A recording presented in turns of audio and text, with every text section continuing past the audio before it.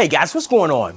And it's that time of year, Christmas, and what's better for Christmas or this time of season than beef? Now, if there had to be a quintessential dish for Thanksgiving, that would be turkey, and for Christmas, it would be beef. And if we're gonna do beef, why not do the king, the prime of all beef, prime rib, or standing rib roast? And I'm gonna tell you the difference between the two when we get back, but I'm excited about this episode. I'll tell you a quick story about beef. I wasn't even able to eat this type of meat until I was cooking it. Guys, we kind of grew up, we struggled just a little. I'll be honest with you, we struggle. But I'm telling you, this is one of the best cuts of meat there is, the prime rib or standing rib roast. We're gonna be pairing this standing rib roast with some green beans, and not just any green beans, but with some cranberry, shallots, goat cheese, green beans. You're gonna love it. It's definitely gonna fit the season with some compound butter. Let's go on our sweet potato. Guys, this is a meal fit for a king. So, thanks for watching. We'll be right back.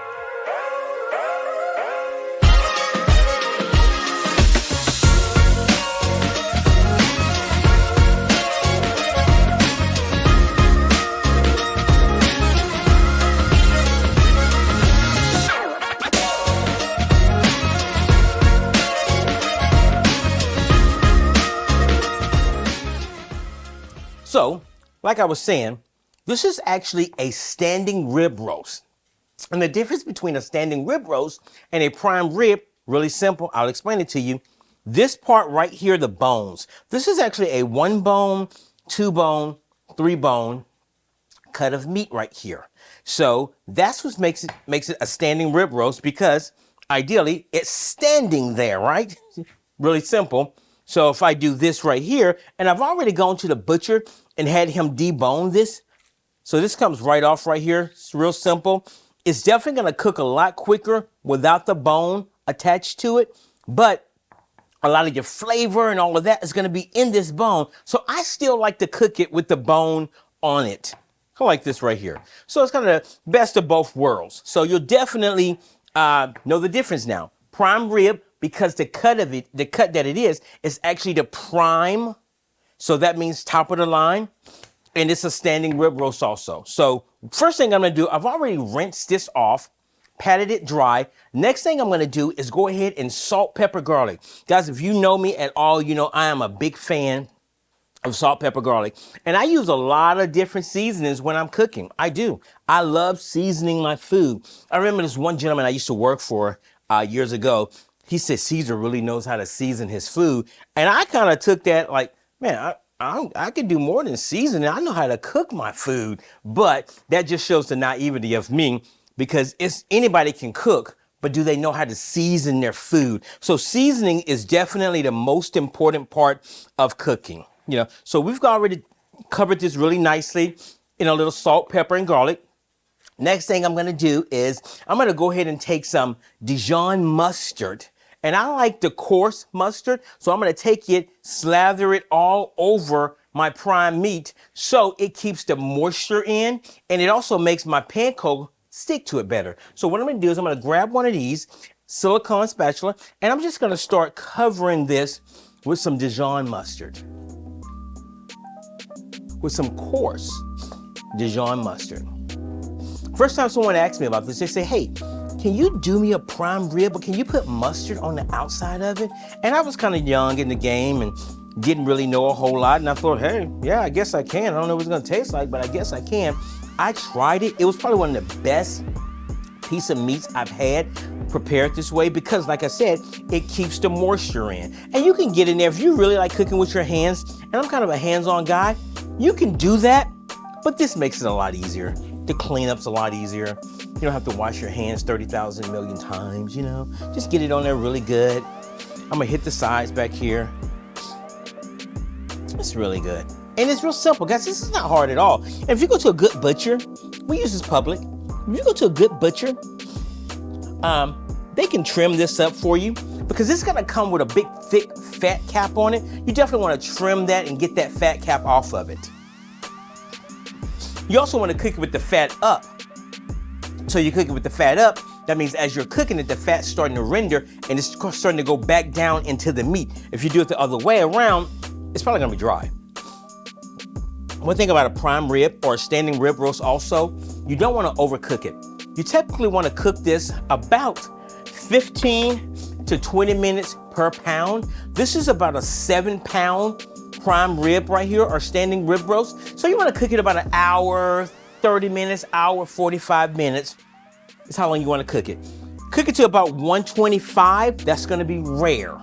Cook it to 130, it's gonna be closer to medium rare. And 145-ish is gonna be closer to medium. I'm gonna cook this to about 135, because I like mine medium. I'll be honest with you, some people may like it rare. I don't understand the people that like it well done. I truly don't understand that. We should just give them some ground beef or something, because that's typically what they're eating. But they've cooked all the flavor out of it. And I'll be honest with you, with this type of meat right here, it's a pretty pricey piece of meat also, especially certain times of year. It's pretty pricey, you know? Just check with your local purveyor and they'll let you know.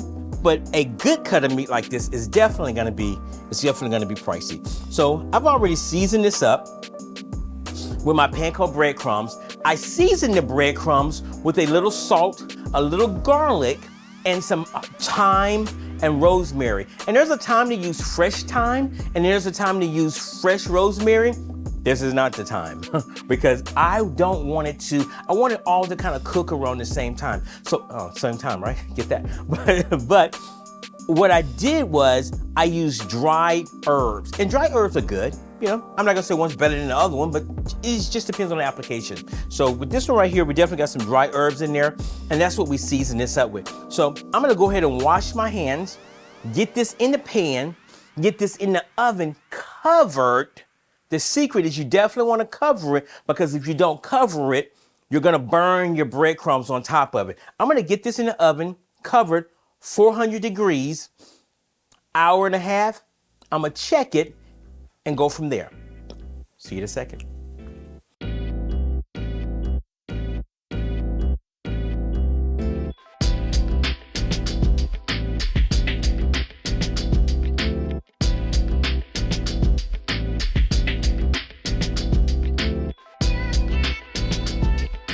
So our prime rib is in the oven cooking, and like I said, it's gonna take about an hour and 45 minutes, but I've already cooked one up that I have sitting over here resting, because that's another key thing. Once you get that prime rib where you want it to get, just know it's gonna go up an additional 5 degrees or so in temperature. So bring it out earlier than you actually want it to be and let it rest. You let it rest and all the juices go back to the right places, because if you cut that prime rib or standing rib roast, if you cut it too soon, you're gonna dry it out because all the juices are gonna disperse.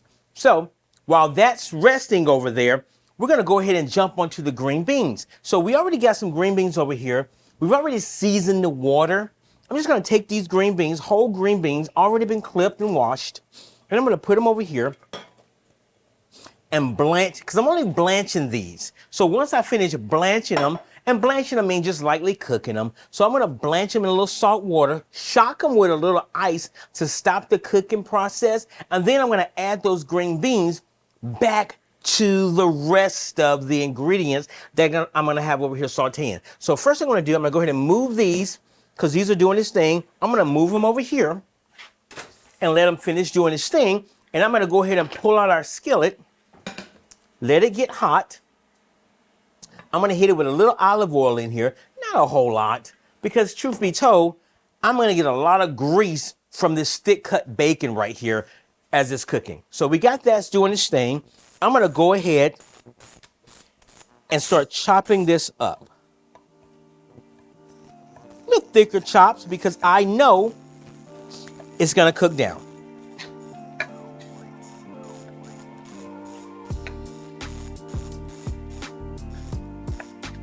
So while this is doing its thing, I'm just gonna bring it to the side right over here. This is getting hot, I can hear it. I'm gonna go ahead.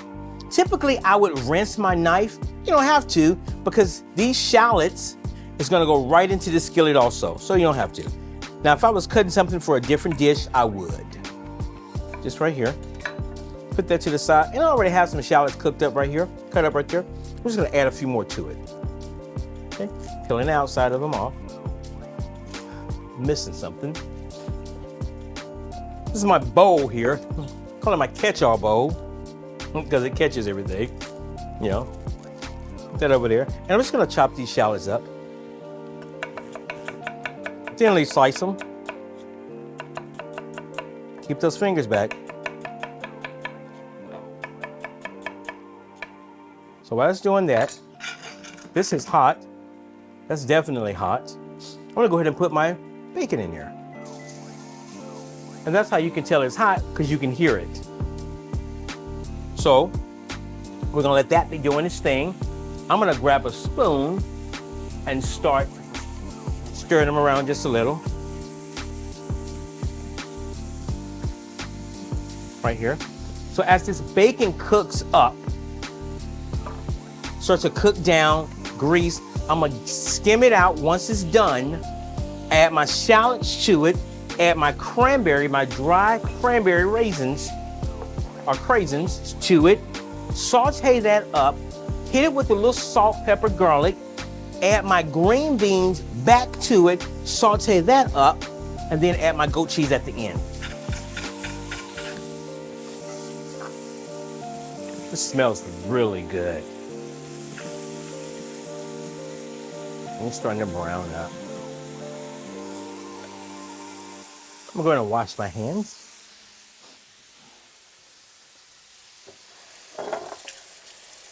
There's a lot of different types of bacon out there. I like getting thick cut bacon because with the thick cut bacon, you're not going to lose it. It's not going to turn into crumbs. You're still going to have quite a bit of bacon still in there. So we got that in there. Wash my hands. Stir this a little bit more. Definitely smells like breakfast. Bacon's really good here. Guys, I'm telling you, that prime rib is going to be really amazing. We're going to finish it off with a little horseradish sauce, which is, you know, really simple. I'm going to show you how to do that. How to do that. This bacon's coming up, it's cooking. It's going to be really good. It's a really good meal. It's one of those kind of meals where you invite the family over and you treat them. It's that time of year. You know, Christmas is really special in our house growing up. I can tell you times where we, obviously, growing up in the beginning, my wife and I, we have 7 kids. And Christmas is one of those times where we tried to start a tradition. So it wasn't just always about gifts and getting things. Because there was a time where if that's what Christmas was about, we definitely missed the boat on that one. Things are a little different now.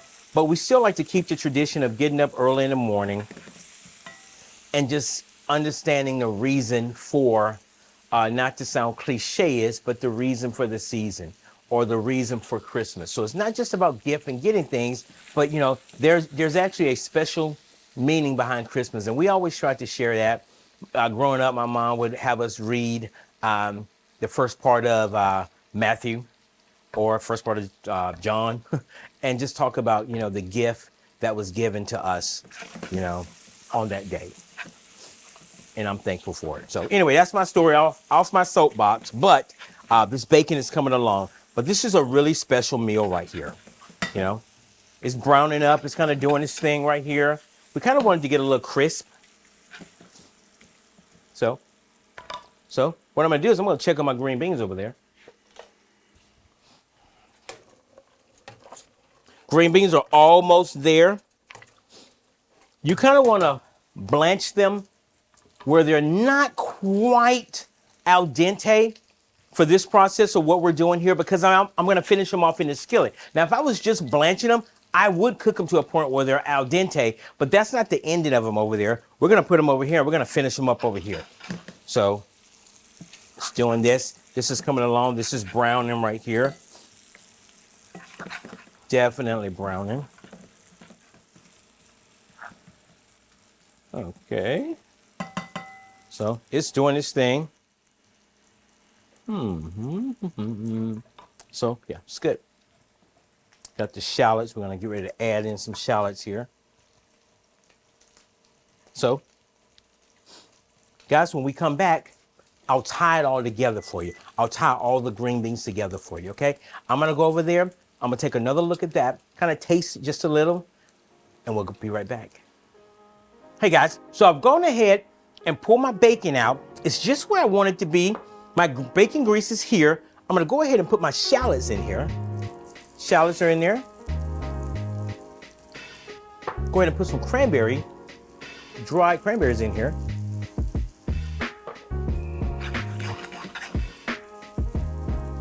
Now what I'm gonna do, while that's cooking over there, I'm gonna go ahead and drain my green beans. So I'm gonna drain my green beans, and you can do two things. You can ice them down to stop the cooking process.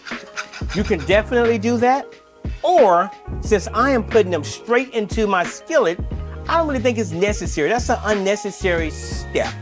So I'm gonna go ahead and take my green beans, put them right here, put this here, saute these up, definitely season them, hit them with some more. I've already seasoned the water with salt, pepper, or with salt rather, not pepper. I'm gonna go ahead and hit this with a little fresh cracked black pepper right here.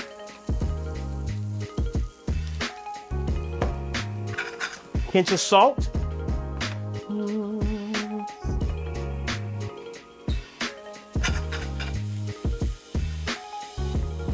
Guys, they look really good. They look amazingly good, to be honest with you. And it's gonna have a sweet taste to it because of the dried cranberry raisins. Right there, a little pungent taste to it because of the blue cheese crumbles that we're gonna put on top of it. Or the goat cheese, I'm sorry, I said blue cheese, but goat cheese. Blue cheese is pungent also, goat cheese is pungent, feta cheese is pungent, but in this application right here, it's definitely gonna be goat cheese, okay? So right here. And if you don't like goat cheese because it's too pungent, I'm sure this recipe will work just as great with some Parmesan, with some fresh shaved Parmesan. Typically a hard cheese, if you're not gonna go with one of the pungent cheese, would be good. You don't wanna put a nice soft, melty cheese in there. It kind of takes away from the whole dish. So.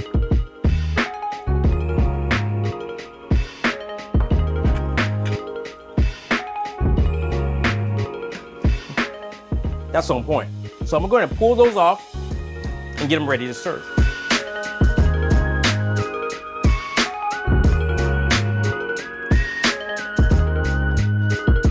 So guys, so now we got the green beans are done.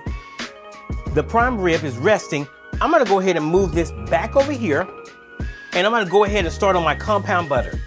So I'm just gonna take, half a cup of butter, put it in my food processor over here.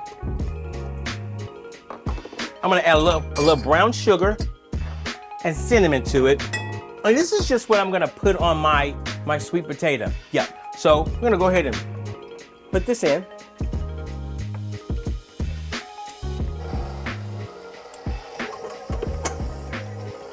I'm gonna get this going.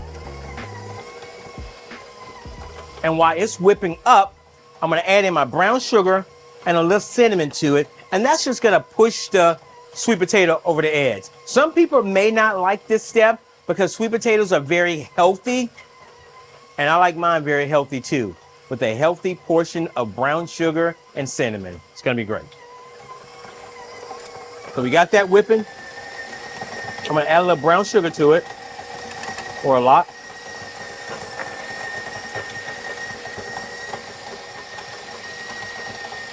And obviously the reason we call it compound is because it's not just butter, but we've added other ingredients to it. So while that's whipping and getting really soft, I'm gonna turn it down just a little and add a little cinnamon to it. And then I'm gonna push the edges down.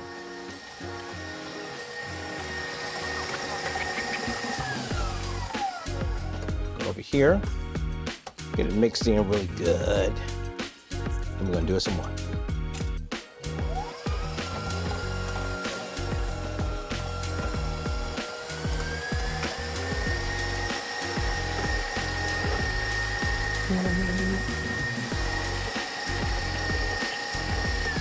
So while this is mixing, I'm gonna push it down one more time. While that's mixing, I'm gonna go ahead and grab my prime rib, set it over here, and show you what that should look like.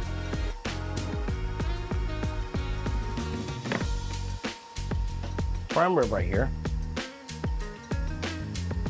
Right here. Move this out the way.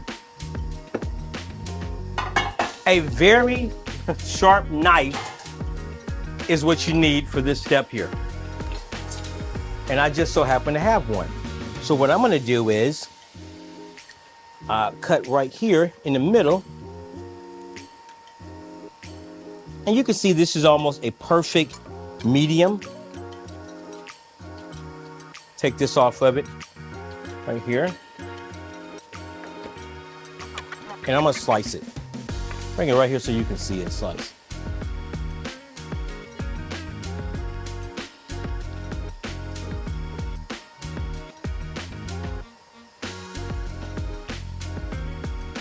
This prime rib is really good and it smells amazing also.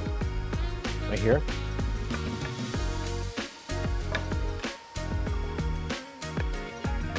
Right here.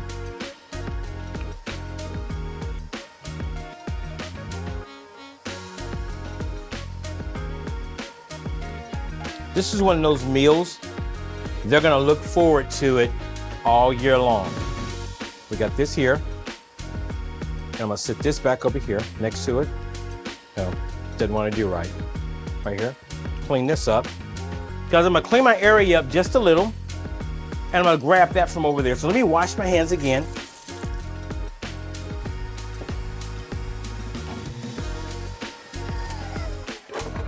So the compound butter looks just like I wanted it to look. So we're gonna go ahead, take it here, compound butter.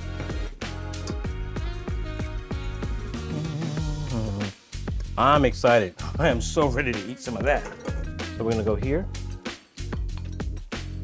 Butter's in here. Prime ribs here.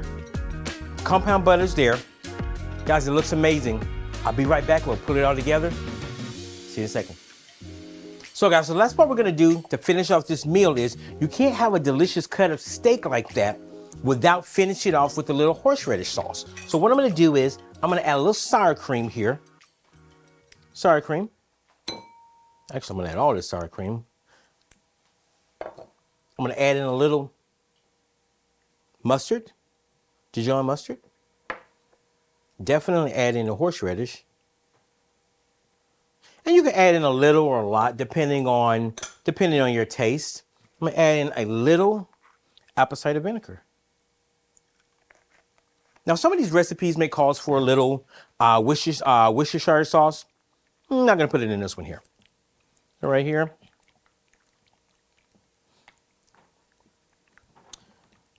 It really looks good. Definitely looks good. I'm gonna try it. Try it, make sure it's on point. I'm sure it is. It's good. It's not overpowering. I think it needs a little salt in it, but it's not overpowering where it singes all your nose hair when you eat it. So we got this here. So now what we're gonna do, we're gonna go ahead and start plating. So this nice, delicious piece of prime rib right here. Put it here. Let me make some room here. And then I have some green beans. And I love goat cheese. Green beans are really hot, so the cheese really melted, which is what you want. Got that in there. I'm gonna go ahead and cut open my baked potato. Go here. Cut open my baked potato. Or a baked sweet potato.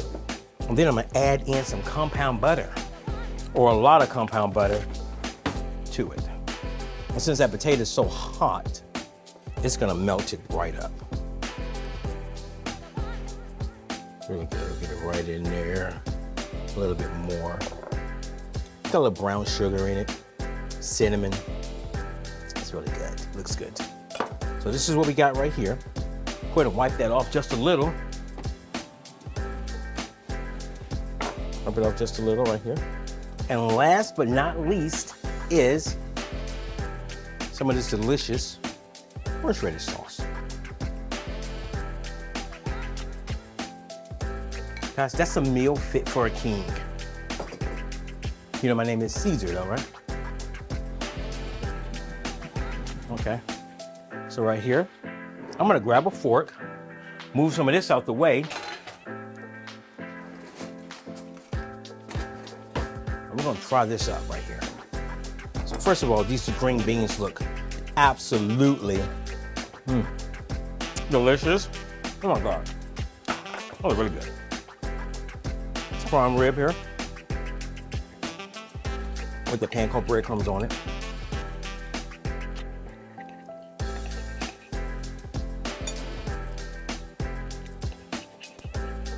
Let's try this here.